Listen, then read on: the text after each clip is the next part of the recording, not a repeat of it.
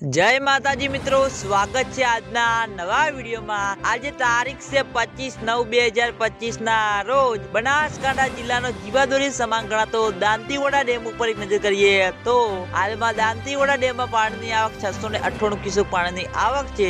Dantiwada dam की सपाटी 601.77 फूटे पहुंची गई है। दांतीवाड़ा डेम की भयानक सपाटी 604 फूट है। दांतीवाड़ा डेम 3.3% भरायेलो छे અને દાંતીવાડા ડેમમાંથી બનાસ નદીમાં 1512 ક્યુસેક પાણી છોડવામાં આવી રહ્યું છે અને હાલમાં દાંતીવાડા ડેમના 2 દરવાજા ખુલ્લા છે।